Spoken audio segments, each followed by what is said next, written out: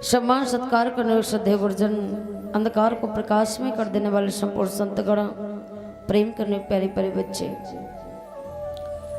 तो आए हुए सभी भक्तों को इस व्यासपीठ के माध्यम से जय श्री राधे, जय श्री श्याम।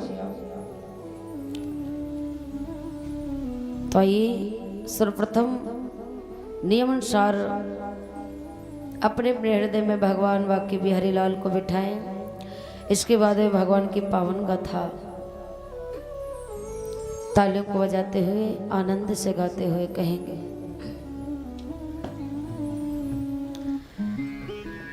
कि लाडली आदि भुदो नजारा तेरे बरसाने में है, तेरे बरसाने में प्यारी, तेरे बरसाने में है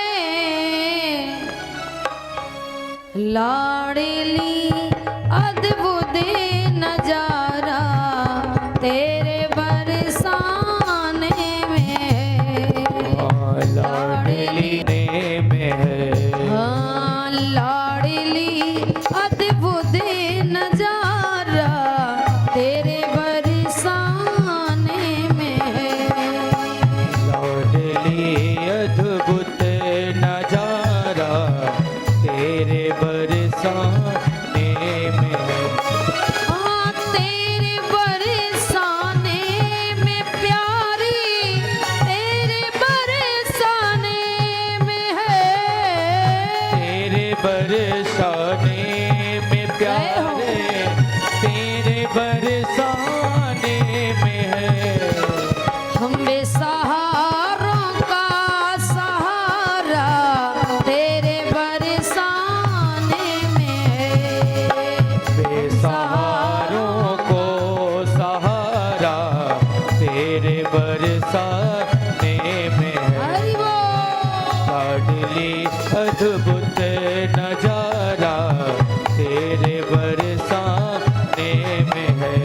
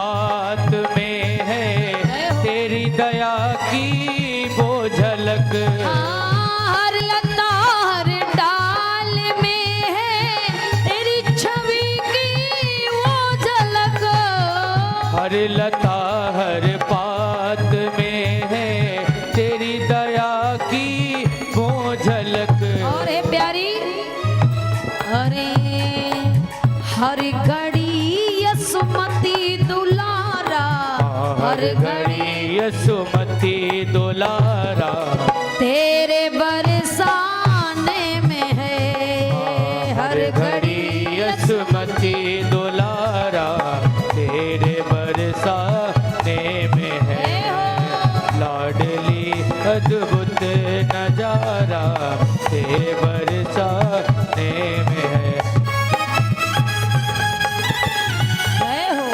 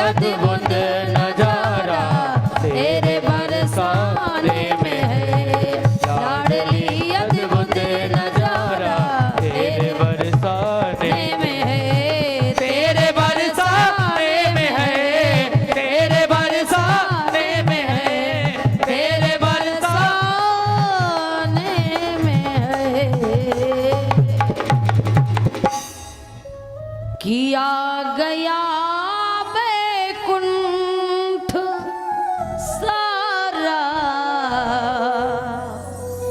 तेरे बरसाने में है।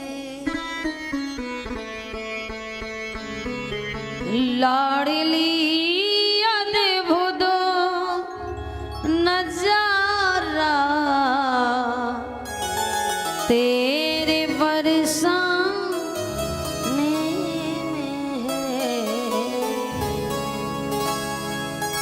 भोली राधे रानी सरकार की जय हो, भोली कन्हैया लाल की जय हो। प्रेम से बाल बोलिया जाए क्या? राधे राधे। तो आज सभी भक्तों को विदित जैसा कि है कि भगवान की पावन और अमृतमयी कथा को कहते और सुनते हुए आज कथा का कौन सा दिवस आ गया? तृतीय दिवस। 7 दिन का अवकाश मिला है, उसमें से आज तीसरा दिवस आ गया। 2 दिन चले गए, तीसरा दिन आ गया। पता चला क्या? ऐसे ही 7 दिन चले जाएंगे पर पता नहीं चलेगा। क्यों? क्योंकि भगवान की जहां पर कथा होती वहां क्या होता है? आनंद। क्या होता है? और जहां आनंद है वहां पर भगवान परमानंद रहता है। अगर इतना समय हम लोगों से कहा जाए कि दुख दर्द में बिताओ तो नहीं काटे कटेगा महाराज। हल्का से को कम करिए महाराज। इतना समय दुख दर्द में अगर काटना पड़ जाए तो बड़ा मुश्किल पड़ जाएगा। और यहाँ बैठ करके 2 घंटे 3 घंटे भगवान की कथा को सुनते हैं पर हमारा मन नहीं भरता। यही भगवान की कृपा है, यही भगवान के नाम की महिमा है। तो आज पावन कथा को चलते हुए तृतीय दिवस में हम सभी भक्त प्रवेश कर रहे हैं। बड़े सौभाग्य से ये समय हमें मिला है। कहते जन्म जन्मांतर के जब पुण्य उदय हो जाते हैं तब हमें ये पावन अवसर प्रदान होता है। और अगर हमारे जीवन को ऐसा समय निरंतर मिलता जाए तो व्यर्थ मत गंवाना चाहिए। क्यों? बड़ी मुश्किलों से मिला है, यही भगवान की कृपा है। संसार में मानव जीवन प्राप्त करने के बाद अगर ऐसा अवसर मिले तो इस अवसर को, इस समय को भगवान की असीम कृपा समझ करके मानिए। लेकिन संसार में तो महाराज कृपा तभी मानेंगे, वो सोचते भगवान हमें इकट्ठा 2-3 लाख रुपए हाथों में रख जाए तब हम जाने की कृपा है। ऐसे कृपा नहीं समझते। देखिए धन आएगा चला जाएगा, सुख आएगा दुख आएगा, और जीवन में अगर आनंद आ गया तो फिर जाने वाला नहीं है। सुख एक बार मिलेगा तो दुख जरूर मिलेगा, पर आनंद अगर मिल गया तो फिर कोई दुख आने वाला नहीं है। और भगवान की ही कथाओं में आनंद आता है।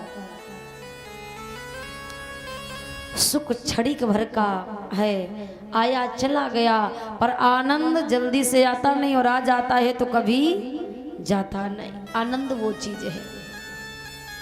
और आनंद है कहाँ? जहाँ भगवान की कृपा है, जहाँ भगवान का नाम है, जहाँ संकीर्तन है, जहाँ सत्संग है, वहीं भगवान का आनंद प्राप्त होगा।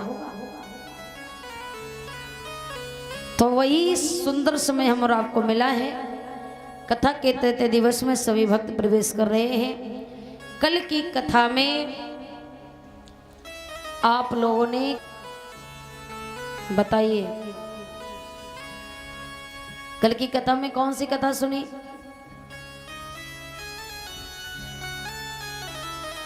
यहां जाने के बाद सब भूल जाते हैं।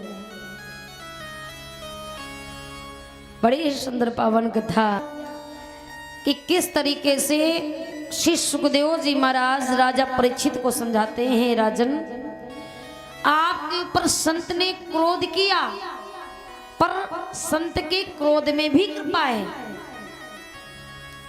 कभी भी याद रखिए, संत अगर क्रोध में भी कुछ कह देना तो उसे क्रोध ना समझो। क्यों? क्योंकि संत जब कृपा करता है तो क्रोध में भी कृपा कर देता है। और यही हुआ। श्रृंगी ऋषि ने राजा परीक्षित को श्राप दिया,